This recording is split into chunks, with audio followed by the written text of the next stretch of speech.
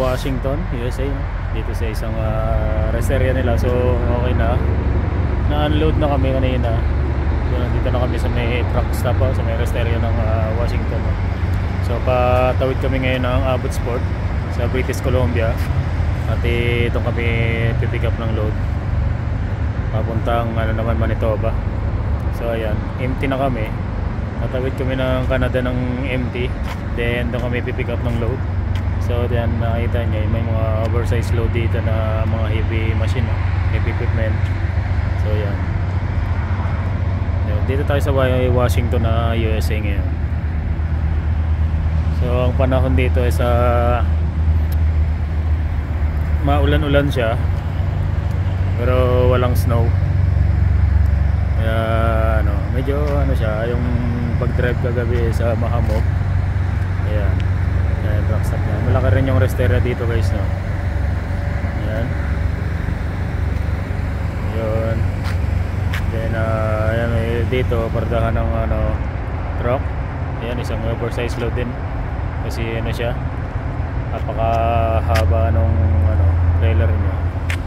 Then makikita nyo, ayan si Pinoy, yung partner ko. So dito na kami sa rest area ngayon. Ayan, doon din yung washroom nila. Tapos ang laki nung niya, ang laki nung space. Ang laki nung space niya dito sa Washington rest area. Biyahe na si heavy equipment. Biyahe na sila. Convoy yata itong dalawa na to. Ayan, magkasama yata yan. Ayan. So magkasama sila. Iisa ang yan, iisa pagdadalan yan. Yung lamig dito sa kaya lang sa positive 8 or 9. So lang siya. Wala mga ganun lamig dito na sa amin. Ayan. Ayan yung pinaka expressway nila, Interstate 5. Ayan. So diyan kami dadaan pabalik ng Canada. Tatawid kami ng Sumas Abbotsford border. Tatawid kami ng pabalik ng Canada. So yun, at yan lang muna guys, at mag-ano lang kami, magbe-break lang kami, kakain, then takbo na rin kasi may pick up pa kami ng ngayong araw, lumber puntang naman papuntang Canada. Ayan, shoutout ka muna dyan, boy. Shoutout all Badlang people. Shoutout all. Shoutout mga insan. So ayan, mayroon pa tayong 157 km pa. Gumana yung papuntang doon sa ating next destination, no? So natapos kami sa galing Ontario from east to west 2 days. Kinatapos namin yung 4,100 na kilometer. Tapos ngayon pabalik na tayo ng Canada dito sa may British Columbia. Ilang miles? Yung galing ka sa 2,500 yun, may 2,580 punta sa east to west, yung Ontario to Washington. Ito nasa 1,400 yung British Columbia to Winnipeg. Miles?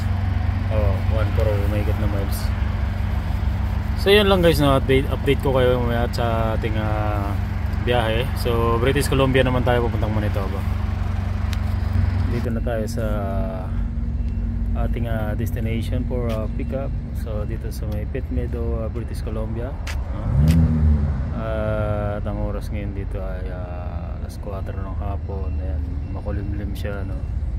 So magdidilim na. So iba kasi ang oras dito sa British Columbia, mas late pa siya ng 2 hours kaysa sa Manitoba. Response ka, marurot na. Yan, so dito kami pipick up ng ating load na lumber. At after nyan secure natin na dito tarp. Yan, karga namin. So dadalhin namin siya ng Winnipeg, Manitoba. Ayan. So malamang abutin na kami ng dilim dito. tatakbo natin siya ng papuntang Winnipeg. So yan, yung karga natin. Yan, so fresh pa yung truck. Yan, nakakarga. Yan, na-assist ni partner ni Pinoy yung pagkarga.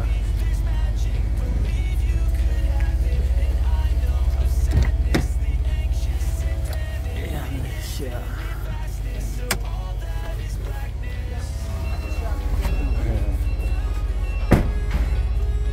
Kinakargahan na tayo guys. Then after dito sa British Columbia, tatakbo na tayo ng papuntang Winnipeg, Manitoba.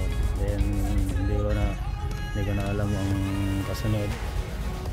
Hindi namin alam kasi halos wala na kaming driving hours. Hindi na rin kami makakatawid ng US. So Canada na lang biyahe namin. Magkakarmag ng Rita. Ayan, so lumber siya na ano siya, finished product yun yung warehouse nila. Parang ano na to,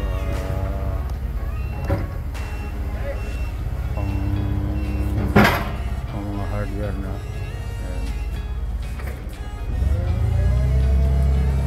Ayan, gaga namin. So malaki yung compound na to, no? Marami mga warehouse. Tahimik na, yung iba kasi mga uwi na. Kami na lang naglo-load dito.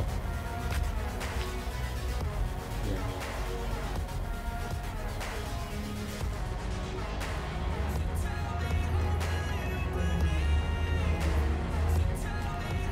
Malayo-layo rin biyahe nito, nasa 1,400 miles. So in kilometer mga nasa 2,000 din mahigit yan. Papuntang British Columbia to Manitoba. Parang hindi pantay yung hindi pantay yung pamada. So yun lang guys, no? Yun lang muna ang natin ngayon. Tatakbo na tayo pagkatapos ang ating kargahan dito sa may British Columbia Pitt Meadows, no?